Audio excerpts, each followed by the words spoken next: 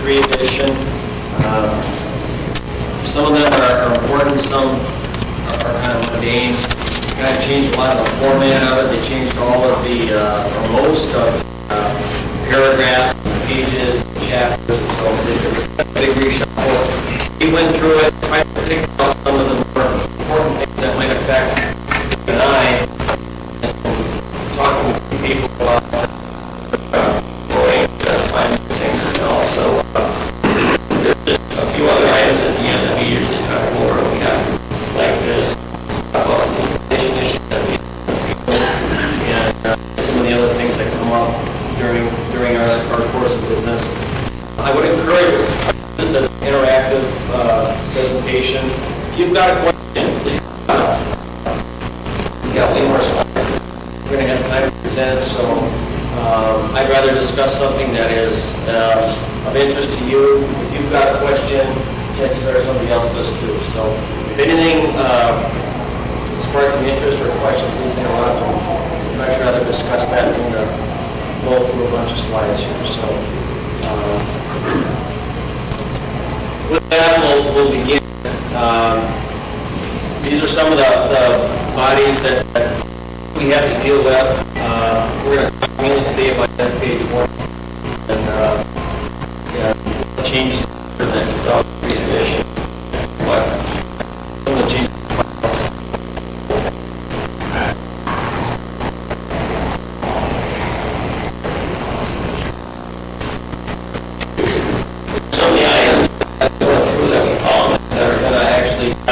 Some substantive changes in that document, and we're going to touch on each one of those issues.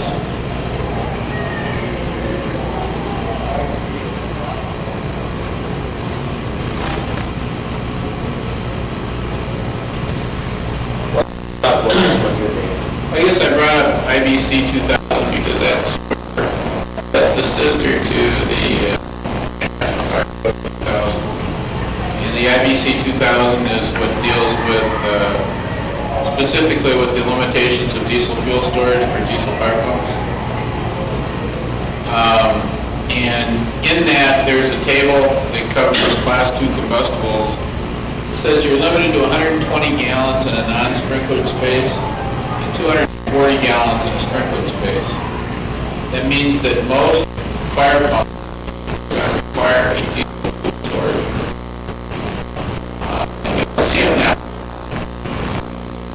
I don't know if that's because you're not aware or if that's because the building inspectors aren't aware, but the bottom line is most of the time there's way too much combustible fuel next to that engine. And we need to bring that up so that we don't do that anymore. Well, and I'm not exactly sure who's there's only one installation that I know of. Some of the high-rise buildings in downtown Minneapolis, because of an afterthought, they walled off the diesel fuel system and put an entry door in it. So it is addressed in some places. There's a number of places outstate Minnesota where recently we've done them, and they've been in separate ends of the building with external entry, basically. So some buildings that are up. But I just want to bring this up because as an industry, this is not something you want to come out of the blue at you, where all of a sudden everything's so tight in the room, but there's no room, no space to build that wall. Well, in most pump rooms there isn't. Yeah, I mean there's just not. But in some cases there has been room, and it just hasn't been addressed. It came up Brooklyn Park, and Brooklyn Park's answer was to reduce the volume of fuel that they stored on the site, and that meant that their volume of fuel is minimal as far as the length of time the engine runs. Well, it's 240 gallons, but it's less than what's required by NFPA 20 for the fuel storage you're supposed to have. So it's still quite a bit of it. It basically comes to 240 gallons in a sprinkler space, and so they can put a big placard on the tank that says, do not fill above 240 gallons. Put a line on the tank. But that being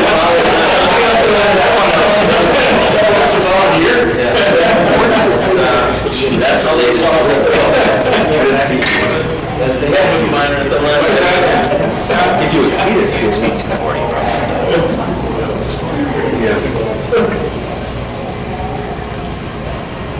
Right here, it talks about the liquid gallon storage. And it says that, in here it's talking about, you can increase the space, the amount of storage. 100% when it's breakfast. So, it's just one of those things I felt we should bring up, because then the other thing that about storage that's come up is everybody keeps saying, well, how come the low fuel level's going off and I haven't met the minimum fill requirement from my supplier? So their supplier comes out and they charge a minimum delivery charge that's more than the fuel that they deliver. Well, NFPA says that 50% should be the minimum you ever hit in the tank. So that's typically where we try to get the flows. Sometimes in some of the tanks, you know, to get the minimum, they got to go down to like 60 or something, 60% empty. And the guys are yelling at me saying, hey, we want a different flow. And I'm like, well, you know, that's what code says. I think what you're saying is they got a low fuel alarm at 50% full. Right. Yeah. And that's when they're supposed to call their delivery guy.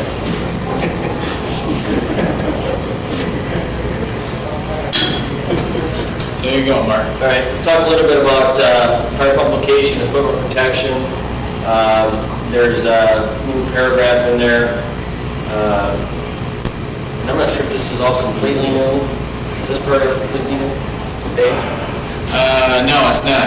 It's always been kind of worded this way. I think they added a few, but this here is a really, vague description here of how they, of what's supposed to be protecting the fire pump, or how the fire pump area is supposed to be protected. But then they do clarify it a little more.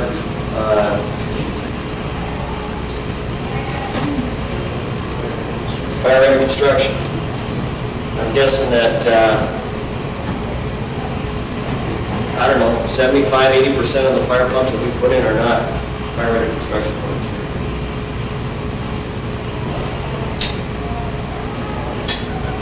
So 2-hour non-sprinkler and 1-hour sprinkler space. Yeah, and the reason they finally defined it was that everybody thought, chain link fence would protect it. Well, what we have to protect it from is the heat, because the electrics and all the diesels and everything, they'll die with the heat of a fire. So they need the 1-hour, 2-hour rated rooms in order to keep that heat off the equipment. Here's a pretty typical example of a fire pump area in a warehouse. They're short on space that they want to devote to anything other than revenue. And so here you got, forklifts and storage right next to the risers and right next to the control panel. Pretty typical. So the fire pump was there first, and then the combustible storage material was second. I don't know what came first on that job, to be honest. It's my guess that's what happened. Could be. Yeah. Here's another nice installation. And This it's got guy's a hospital.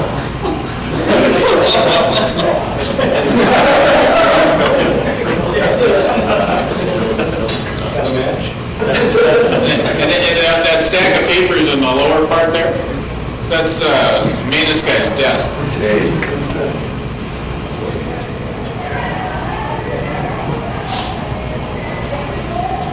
For an outdoor pump house, it has to be located at least 50 feet away from the building that's serving.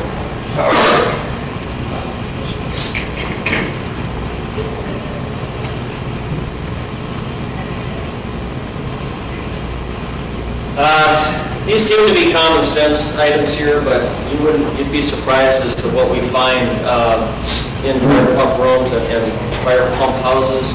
You would think that adequate heat would be something that would be accounted for or accommodated, but a lot of times we'll have buildings that just have one small little unit heater It's sitting out in the middle of nowhere, and that's the only source of heat out there, and there's no low temperature alarm in there at all. And it'll be electric.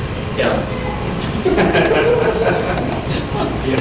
So, we've had numerous, it's always good business for me, actually, every fall, when jockey pumps freeze up and break, and the sensing lines freeze, and fire pump runs, and it happened to be on a weekend, and they come in, and, packing's all shot and everything else, so every fall's a nice little time for us as far as spare parts and spare pumps and that sort of thing. But, adequate heating and the monitoring of the temperature in a remote pump room or a remote pump house is actually required. With the 1 hour and 2 hour protection from the fire pump, how well is that enforced? I'd say, Even on new construction? no, it's not. It's something that as insurance people and as sprinkling contractors and as ourselves, I think it's incumbent on us to make sure it's done that way. Because ultimately, it's going to be our liability if there's a fire and fire protection fails because the fire gets exposed to the equipment. Yep, potentially so. If you're a specifying engineer and working for an architect, it's your responsibility to advise the architect any shortcomings of the building. If you have to have a fire pump in the building, you've got to give them the requirements, they don't have the requirements. No, and it's always a little touchy for Dave and I too, is that when we walk into the fire pump room today, they get their CO tomorrow, that's why you're here today. And you're gonna come in and tell them, oh, no, none of this meets code, And I've been in some buildings where, recently, where they've actually said, well, we're going to build the wall next week. And I'm like, yeah, okay. For years I've been in this business, everybody says, well, we're going to do that later. Later never comes. So I'm suspicious about whether these room walls ever get built. Time will tell, because at some point I'll probably end up back there. Lighting is another issue. And I can't tell you how many pump rooms we get in, and there's no light for the pump room. Right. And it is required adequate lighting and heat. It's probably more indoor than the fire rated room. And I've been in pump rooms where there is absolutely no emergency lighting. Never seen it. Right. Oh, I'd say almost all of them have no emergency. I've never seen that. Right. But it's in the code. NFPA 20? Yep. Wow. How long has it been there? I don't know, but it's in the new code book. Okay. Ventilation, that's probably more of an issue on diesel engine driven pumps that have a combustion air requirement.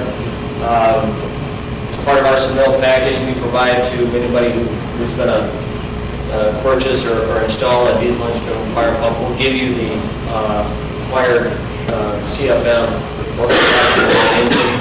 And so somebody will have to calculate the proper Hoover size to make sure that there's enough or adequate combustion air into the room.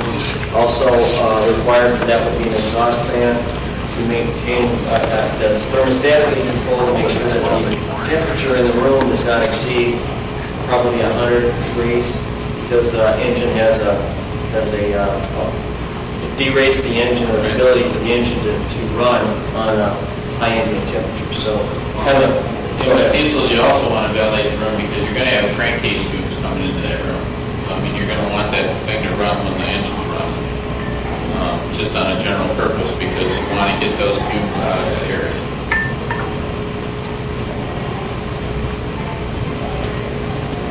Here's my favorite. Drainage. Yeah, we got lots of pump rooms with no floor drains, which is amazing.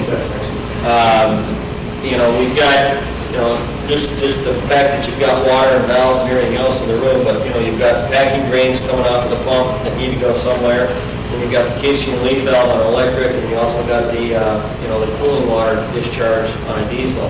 That needs to go somewhere. And usually piping it out the wall at this stage is not a good idea up to the outside, especially the vacuum drainage that'll freeze and plug up, it'll run into the room. And your casing relief valve too, typically they leak. So as soon as it gets freezing out, it's dripping out there, that's gonna freeze up. Then when it does come on, when you need it, it's frozen solid, it pumps it over. So, floor drains are required. They're not just a luxury to have in a pump room. So, and probably the key word there is adequate. So, sometimes a little 2-inch drain, it isn't gonna be enough. Well, and if you're in the basement of a building and the plumber is putting in his required trap drain, make sure that it's not one of those that have so much water on top of it before it opens. Because we've been in buildings like that where by the time that thing opens, we got water running out into the tenant space. And it's office building space sometimes, so I mean, it can be really ugly. Floor drains are really easy to deal with early on in the project. They're a real hassle to deal with when we show up to do the pump test, and then when everything's done. So it's a good thing to bring up. Guards, of course, all the pumps now have guards on them.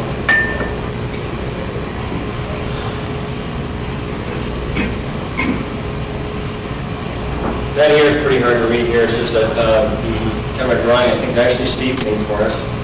Didn't you, Steve? Probably. Yeah. It's just basically, that's the layout for a fire pump room, which actually has, I think, most of the items correctly placed. It's been reviewed a couple of times, Sally.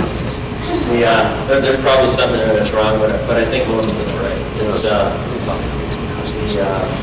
And you've got that in your handout. I don't know if you can read it in your handout either. It's pretty small. There's a lot on there.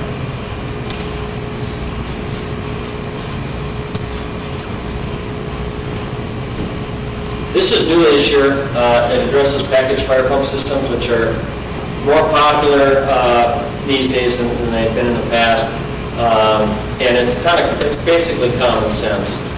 It's just basically telling you that, they have to be inspected, checked out, got to make sure everything's tight. It's rumbled down the road on the back of a truck for however many hundreds of miles, and so it's all fairly common sense. It does talk about anchoring those too. That question has come up on a couple that we've furnished where, it's on this big scale, it weighs, 4,000 pounds, right? You shouldn't have to anchor it or grout it in, but you do. And it takes a lot of grout. Takes a lot of concrete. When you gotta fill that whole base, it takes a lot of concrete. Yes? Oh, I never handed one. You guys don't wanna follow along, do you?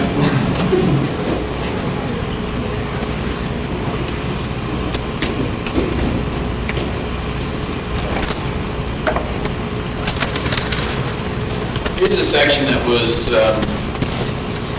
I think first in the 99 book. I don't remember it being in the 96 book. Pumps that require removal of the driver to remove debris from the pump impeller shall have a pipeline strainer. That means vertically lined pumps should have a pipeline strainer installed. Another device you guys trying to figure out where you're going to put it. Well, the problem being is that it has to be 10 pipe diameters away from the pump. Now, this is another issue that, it's been in the code since '99. Nobody enforces it. Again, I don't know if that's just people aren't aware of it or just don't care about it, or what, but it is in the code.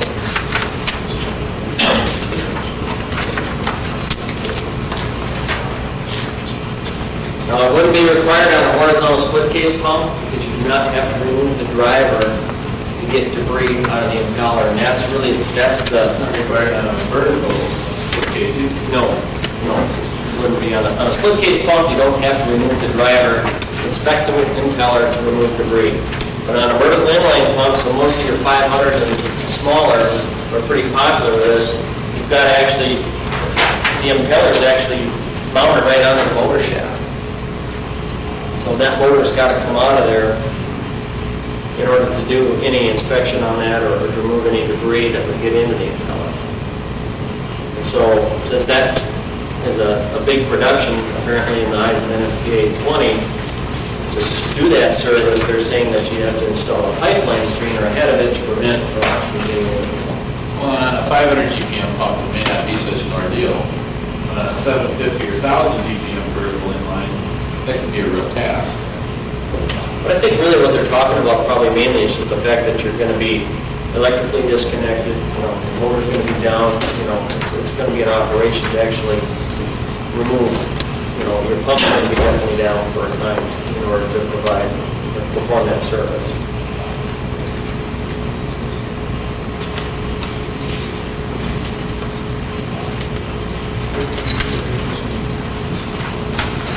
They changed this paragraph a little bit, didn't they, Dave? Yeah.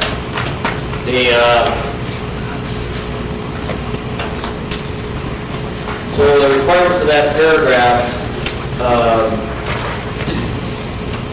you can install an elbow or T in the same plane as the pump center line, or in the same plane as the shaft of the pump, as long as your 10 pipe diameter is long.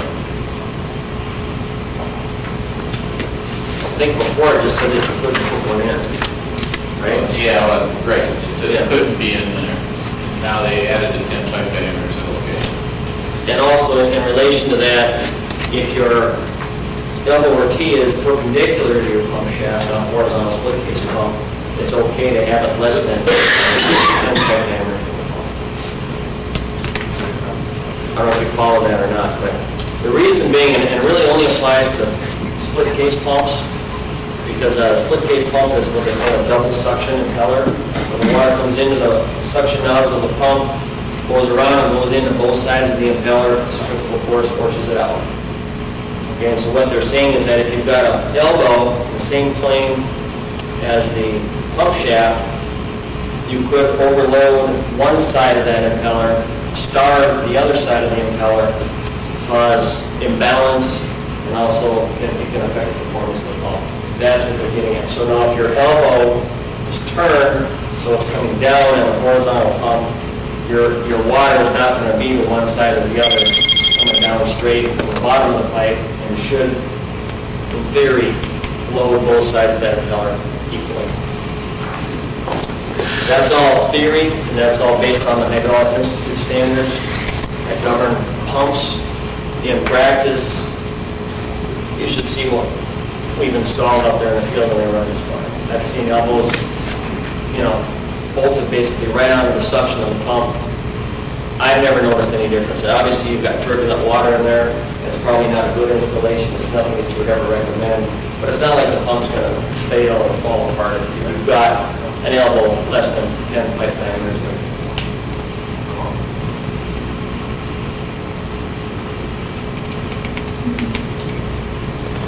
They changed table 2-20, what do they call it now? 5.25. 5.25. So that's the table that gives you all the pump sizes or pipe sizes that relate to the flow rates on the pump. Nothing changed as far as the requirement. So they changed the name of the table. They also put in a separate metric table and a separate US table. They used to only have the GPM and the liter rating, and everything else was in inches.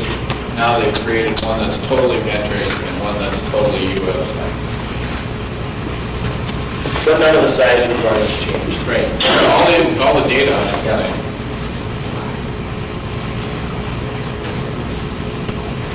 This is a change. They're talking about main relief valves for fire pumps, I believe. Is that this one? Yeah. Yeah. This paragraph, another change, that the information it did not. This one down below, 5.7.4.2 is new. pressure relief valve shall not be used as a means to meet the requirements of 4.1. So that means you cannot use the main relief valve to solve your problem that your pump is churning over 175 psi. And you talk about essentially variable speed pumps. We are going to discuss that. It doesn't say what you can use to solve this problem, but they say you cannot use a relief valve. So I would assume then that a pressure reducing valve would be what you would have to use. You can't find anything in the code that says you cannot use a pressure reducing valve. Right? Pressure regulating valve, but you cannot use a relief valve to do that, where the relief valve is actually going to discharge water somewhere in order to accomplish this. And I never agreed with that there was a misapplication of that valve, I think, so I think that was a good thing that was extended.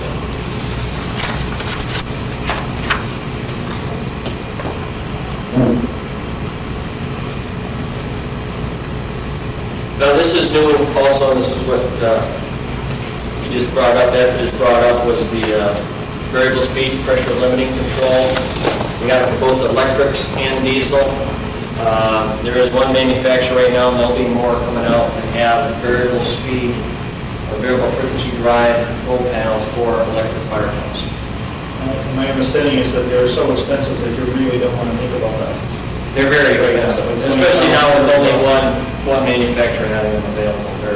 Let's put it this way, the control vendors are all salivating over being able to sell thousands of these because they are so expensive and so profitable.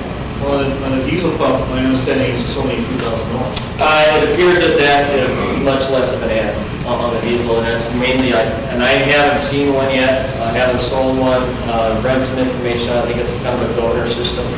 That's all I can do. I just happened to be at the AUSA convention, we had a 2-hour seminar on pumps. Chris Dubé, plus a few of the manufacturers were there.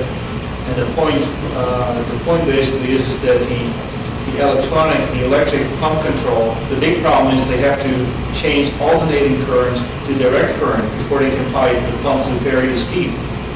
That's what makes it so expensive. It's a huge box. No, it makes it so expensive is because all the variable speed drive manufacturers are making lots of money.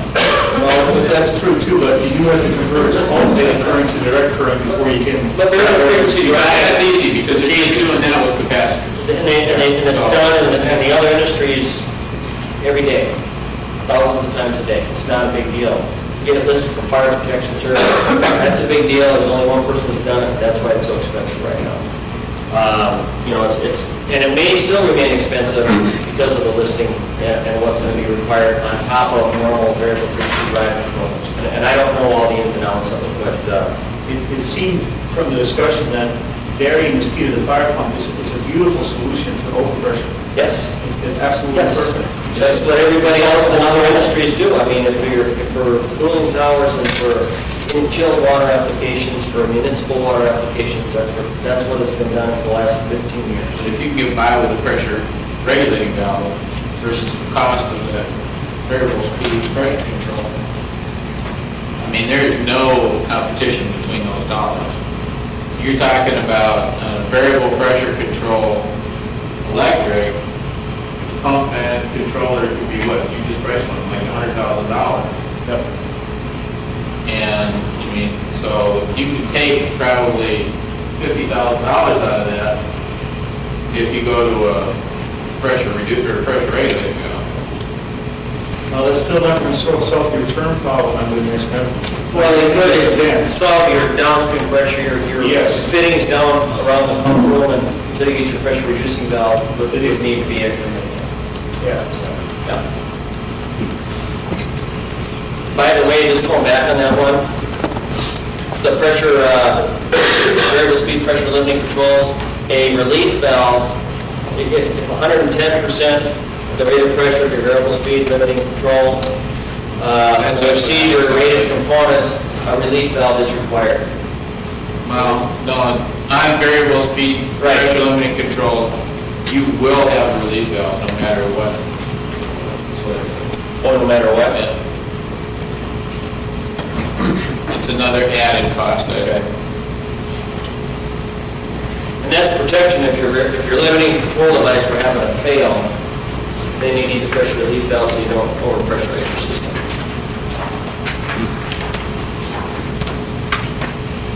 So they allow it to be used as a safety valve, but they don't want it to be used as... Well, it's because variable speed, especially in a diesel engine, the variable speed control could run away. And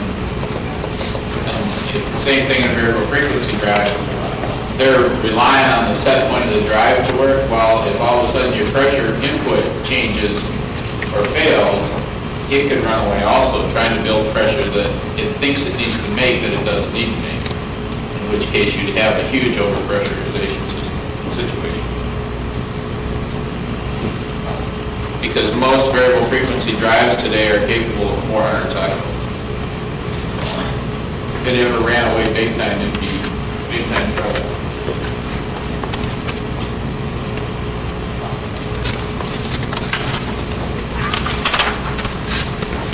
We already covered this one.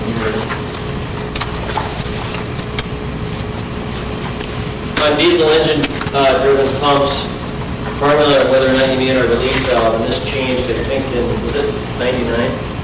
Yeah, I think they maybe. changed. Where they were off, at one time they were required on every diesel engine driven pump.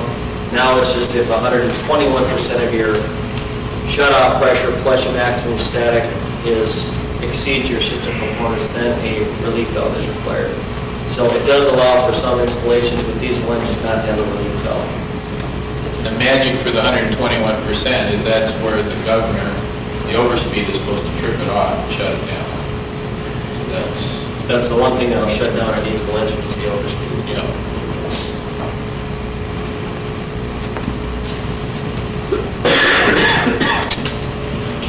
This is new this year, about having test connections or test header inside the pump room is no longer allowed.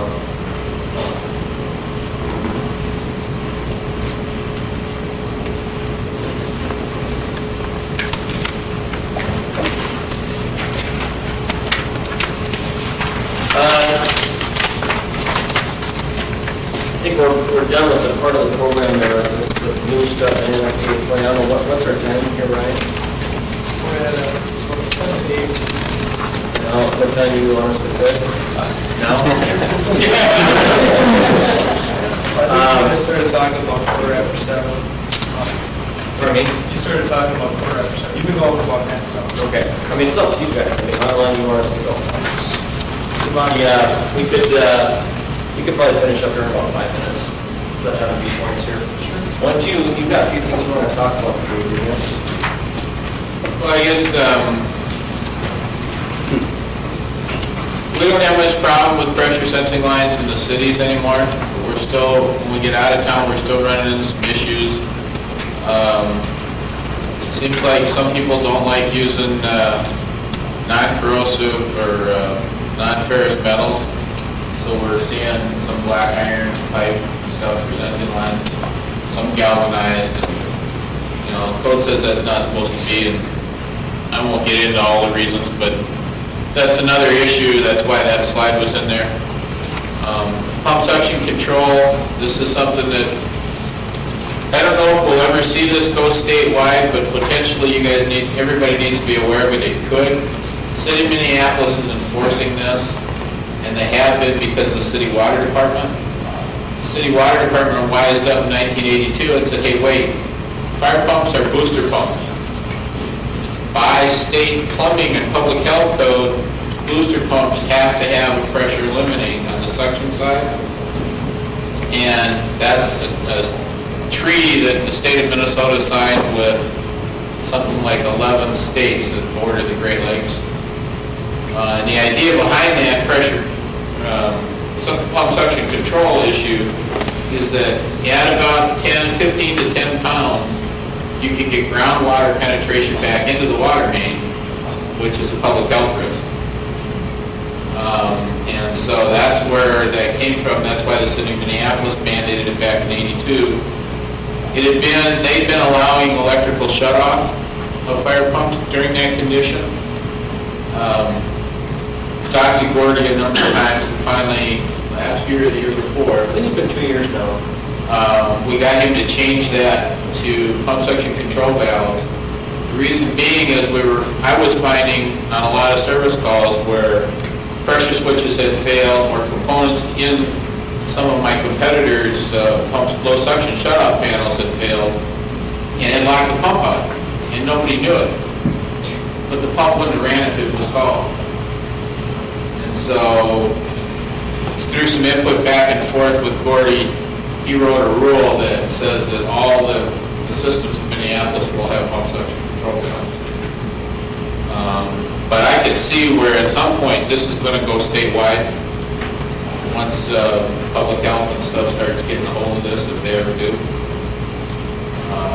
But it's something we need to be aware of because it's definitely something that's hanging out there waiting to get us. Do you know, is the state level aware of it?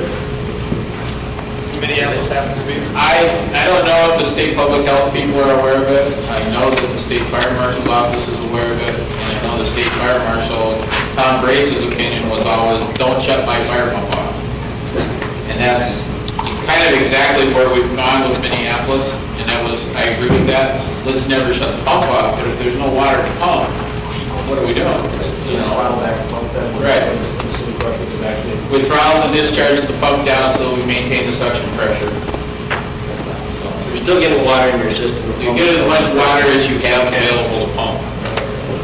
Less the 10 pounds, that 10 to 15 that they want to maintain as a residual.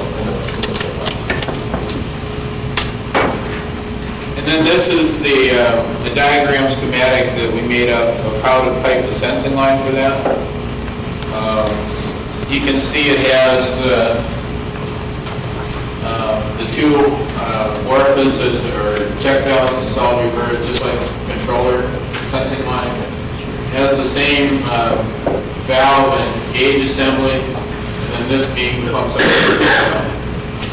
You have to test it basically the same way as you would a fire pump control to try to set the pressures up on it. You want to basically fool the valve into thinking that you got a low suction pressure while the pump's running, so that you can see how much pressure it actuates. The other way to test it would be to, close this valve down, then you run the risk of cavitating the pump, just to adjust the valve.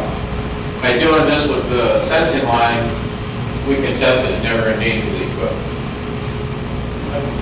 I thought that the clay valve loop would actually see a valve on the suction side of the pump, not the discharge side. No, it's on the discharge side of the pump, and it has to be before the system check. The sensing line goes back to the suction side of the pump, but the pump is actually a throttling valve on the discharge side of the pump. So it's going to restrict flow out of the pump to maintain a minimum pressure on the suction side. And there isn't anybody that shows that it is. No, you never want to start it wrong. Yeah, it'd be I'm pretty sure that that's what I saw. really. The interpretation could be wrong. Yeah. I showed it on the line directly off the underground before the fire alarm. I haven't looked lately, but that would definitely be wrong. You never want to start the pump, because then they would be throttling on the suction side of the pump.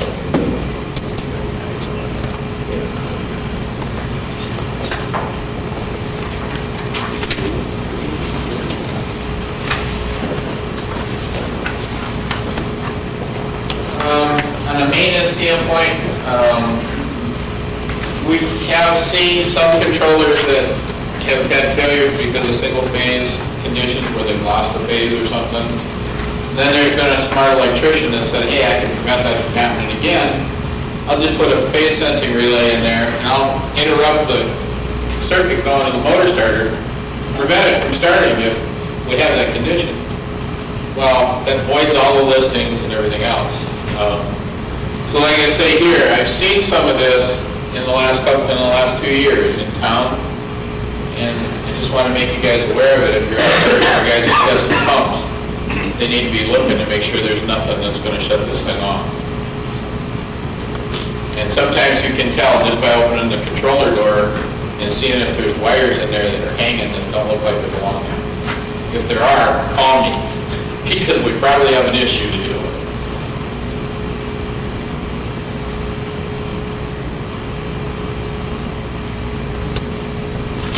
Disconnecting means, I think we talked about this before, but if the electrician's going to install a disconnect ahead of the fire pump controller, that's fine, I don't mind him doing it. The code says that it has to be marked with the location of the fire pump. The fire pump controller has to be marked with the location of that disconnect. In a lot of cases now, I actually prefer that because what I found is NSP now will only disconnect the primary side of the transformer. It won't come out and lift the controller off on the secondary side of the transformer, which means that they're going to take the whole building dark so that we can work on that fire pump controller. Building owner's probably not going to be happy, let alone the tenants. Isn't there a separate transformer for the pump and units?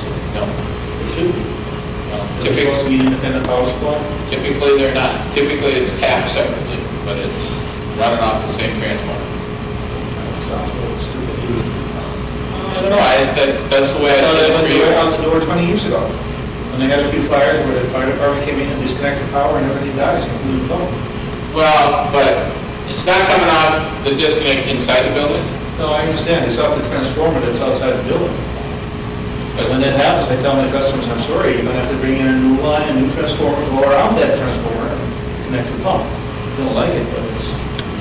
Most all the new systems around town, it's tied to the same transformer. The XL's been doing that on a regular basis.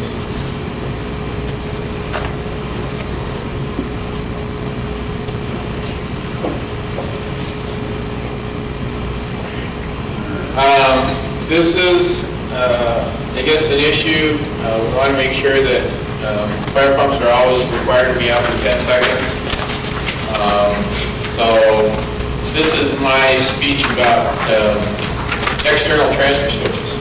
We have a fire pump controller. Now somebody wants to add a transfer switch to meet the new section of the code. I really don't like that issue because there are interconnect issues that should be done with the fire pump controller and the transfer switch. And the best way in my mind to address that is to buy a combination system. If you add a transfer switch in front of it, you've got to add disconnects, you've got to add everything else that's supposed to go with the combination unit in order to meet the technical requirement. What I see out there is people are just adding a transfer switch like they would on an emergency generator system. They're not putting the rated disconnects and stuff ahead of it. And that means that you're not having your 6 times rated disconnect on the feet of that transfer switch like you would if it was coming with the controller. Just little issues like that that can become big issues later in case of a loss. So when the transfer switch flips over, you lose power to the program too. What you're saying here, it's a computer that needs to reboot, you have to do that in 10 seconds. Yeah. Everything's got to work within 10 seconds. But you didn't have that issue with the old-fashioned panels, but now that everything's computerized, it's definitely an issue. Well, and it's still an issue with some of the external transfer switches. Because the external transfer switches, the timing and stuff, there might be different time delay settings and all of it. Once you get outside of our box, which the engine guys know not to touch, then all bets are off.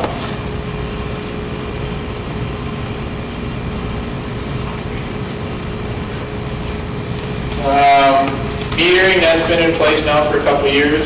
You'll see on everybody's controller it needs to read voltage and average on the external side of the controller.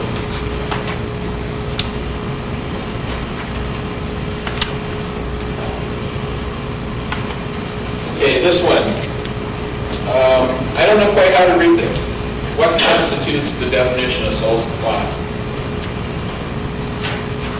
But the way I read this, if sole supply means that the pump is required to operate the system, then all pumps will be manual shutdown.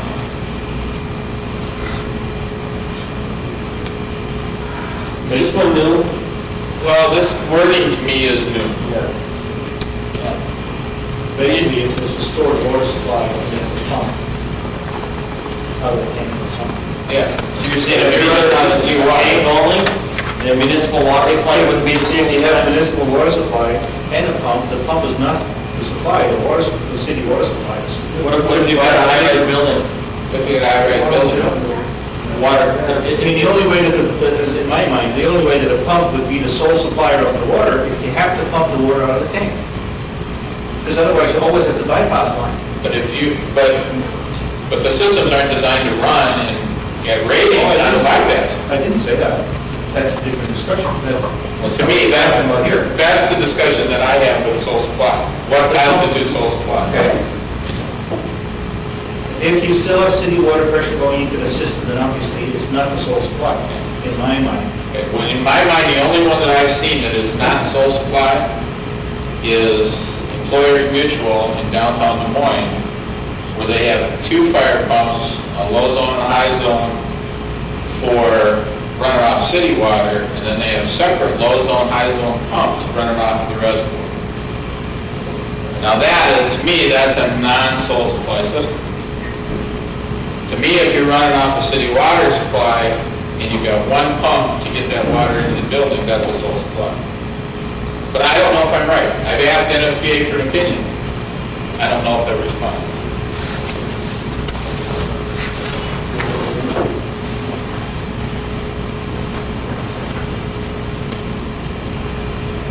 That's the same thing, but for diesels.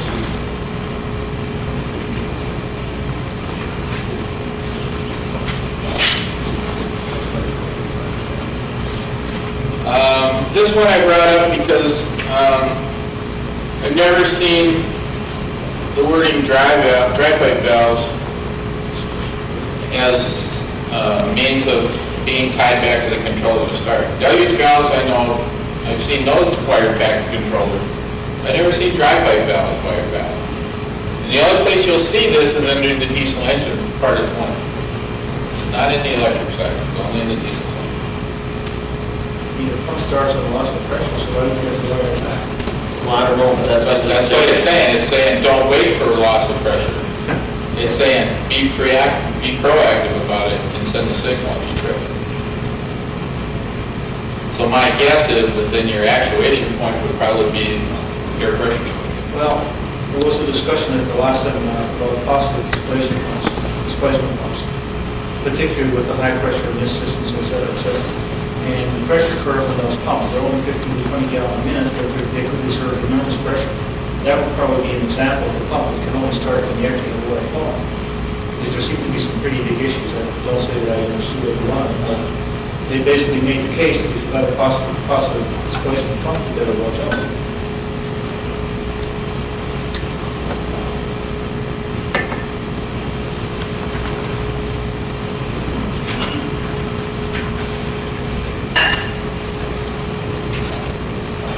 Those top 3 are the standard that are required on every fire pump, electric fire pump.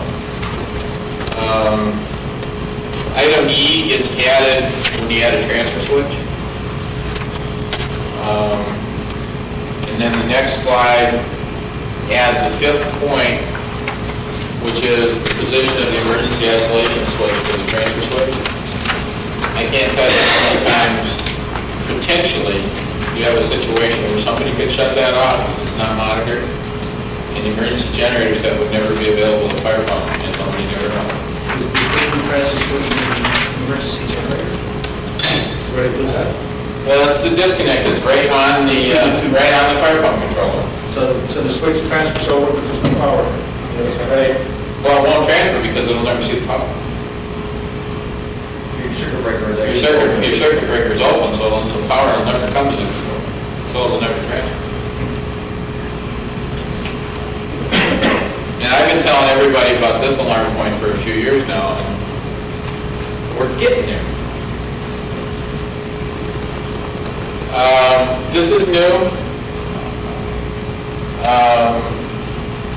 where you've got a possibility of having 2 utilities connected to the controller.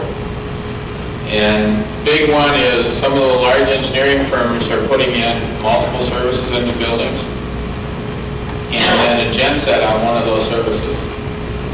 Well, then they'll tie the fire pump to the emergency bus on that service. Well, what happens is that means that most of the time I have utility power at my genset rated disconnect. And so it's a protective issue rating on the fire pump control. And it says that's why we have to have this alternate side circuit breaker. What it means for most people is that it adds a few $1,000 to the cost of the transmission. That's why it's an issue. And the only way you'll know is if you coordinate with the electrical contractor probably.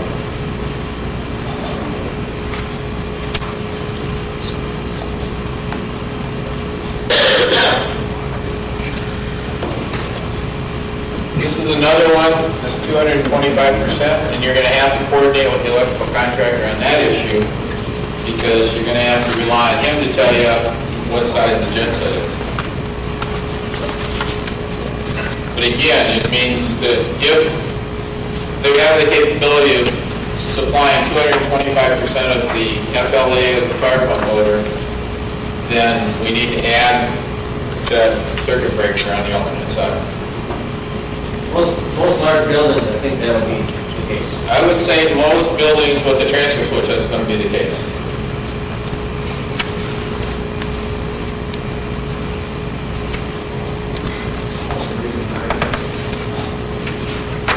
Well, the fault producing capability of the genset will be higher than the rating on the isolation switch without that circuit breaker.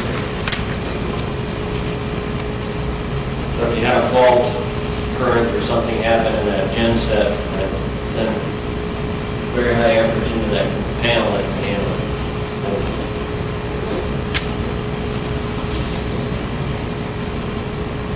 This one has been in the code book forever, and we still see it on job sites. We'll get to the job site, and lo and behold, the jockey pump wires will be coming right out of the top of the isolation switch in the fire pump controller. It's a code violation. If your installers are out there working on the site, and the electrician's going to wire everything up, make sure they tell them not to do this. And they always say, well, we got to do it. And I've even had electrical inspectors, city inspectors, tell them where to connect. Tell them that's where it goes. And when I get there, I get to have that whole discussion all over again. Because to me, it's a warranty issue on the controller. Because if there was a fault in the jockey pump controller, burned those wires out, and they fell down and shorted something out in the fire pump controller and took the fire pump controller out, now we got issues.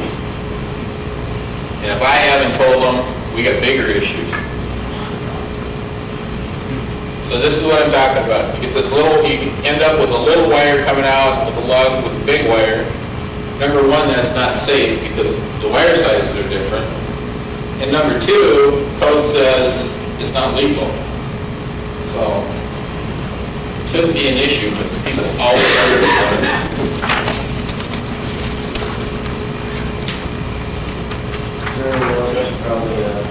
There's, I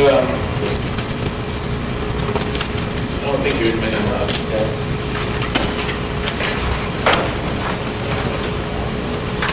This one just is real quickly, diesel engines, stranded wire on the interconnects back to the engine panels to the controller. Insurance, that's mostly, yeah, as opposed to solid, that's mostly for the insurance people. If you're there looking, make sure they didn't use solid wire, because it's going to break off at some point. Probably at the diesel engine side, but the vibration will break it.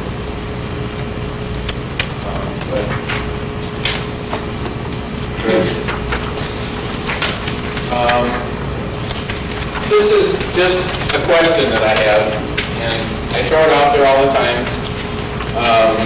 Code says they're supposed to be mounted to a non-flammable surface. Now, the answer that I keep getting back is it's fire-rated plywood. Like, I don't care, it's flammable.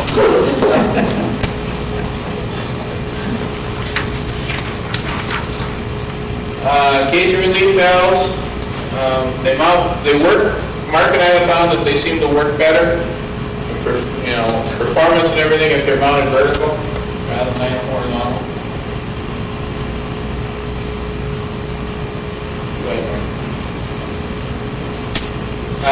Floor drain. We were talking about that earlier. This happens to be a pit below the floor, and the suction pipe coming from the reservoir was leaking into the room. Mark was standing about 4 inches of water down there in that pump room, and there was no drain, no sump, no nothing.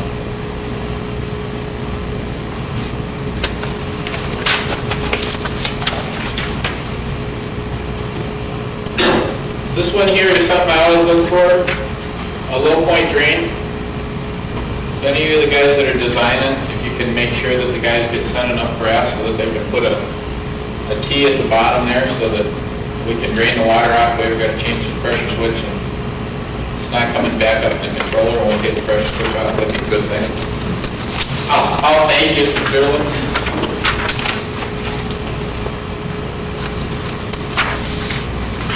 This is an example of the metering. This is what Fire Control's done, is we put in a 2-line display. When you press the meter button, you'll get 3-phase voltages across the top line, and right below it, the accompanying amperages. One touch of the button. Go ahead, Mark. This one is something that we had happen a couple times last year, and we don't know why. We're wondering if anybody's got any input. We had buildings that were substantially dry systems that had, basically, the header was all we had, going to the bottom of the risers and the bottom of the dry valve. So we had like, what, 35 feet? Probably not even, maybe 20 feet of pipe, 6 to 8 inch pipe. And over time, in the wintertime with the heat on in the room, over time, the pressure would creep. Pardon me? No relief. There wasn't initially, no, there was no relief valve. But we're Between trying to figure out the what check valve and the dry pipe valves, and well, what happened there is eventually tripped the dry pipe valves, and we had this type of a controller in there that actually has an event log in it, and every 10 PSI it reports it as an event. So we went back in the event log and looked, and it would rise about, I don't know, 4 or 10 pounds every couple hours. Yeah. Until it finally got to 300 pounds, and that's when this thing quits recording, and then it's at a couple hours after that, it tripped. It didn't trip until it was well over 300 pounds. But our scale is, on 300-pound controllers, our scale quits at 300. So once it gets to 300, all we see on the event log is stars. And we had several of those recordings before the valve. And these are differential type valves? I believe that's our, Differential type. I think they're different. And there's like 30 or 40 pounds air pressure in the system? Okay. So you'd have to get the 240, 250 pounds before you equalize the pressure. To begin with, so you'd have to be over 300 pounds to actually trip it. Right, but our question was how we, So just by expansion, the water just simply got warmed up and expanded? that was my opinion, but there's other people that we talked to, so there's no way that the water could have expanded that much, in a room that's, nominally, 60 degrees, and it was warm, and it was like 80, 85 degrees, I guess. And did they have surge issues with the city water? No. But you can't get a surge like that, you would have toilets popped off and hot water heaters, and nothing, you would have other issues if your city water was surged to that level. But, what did it once, we just went one in and after once, did it again. Did it 3 times before. And then we had a separate site do it. 3 months later, we had a totally different facility do it. And we really started scratching our heads. I brought it up. I still don't know why I did it, but I happened to bring it up to a fitter down in Iowa. I was on a job about 6 months ago. He says, oh yeah, he says, we always put 3/4 inch relief valves on those types of systems. I'm like, why? He says, because they trip. I'm like, well, why do they trip? He says, I don't know. They do. It's got to be purely expansion. That's why I don't know what else it could be. There's no other explanation for it, is there? There There must be a substantial temperature difference in that room. it was 40 degrees maybe. Constant? Or did it get really cold and then it warmed up? The water temperature may have changed. Like if the system tripped and all of a sudden a rush of say 50 or 60 degree water came in, and then if the ambient in the room was 80, that would, you'd have some expansion, but. I mean, all I know that it takes very little very little water to increase that pressure to that. Just you use a little gear pump, you might put half a cup of water, and that's it, and you're 150 pounds higher. Well, It hardly takes anything, is what I'm saying, it doesn't take much water. Well, I understand that if the heater was like next to the pipe, but the heater's on the other side of the room, away from the pipe, but there's like 15 feet between. I don't know, it was a, And all the wet pipe is down, and with the heater being that far away, you'd think all that heat would go up. I was thinking, pump never ran, with the inlet law, we were able to determine it was not the jockey pump. So why did the pump not run after the drive-by pump? well, it never ran before. It was never the cause of the trip, I guess. All right, fine. It ran 20 by that one. No, it ran well after that. So it was, I think part of the problem is the small amount of water in the road. You would never see that on a large system. But the fact that you've only got 20 feet of pipe, and and virtually probably no air in that system. Zero. Anyway, it was my brain capper for the minute. Next. That's it.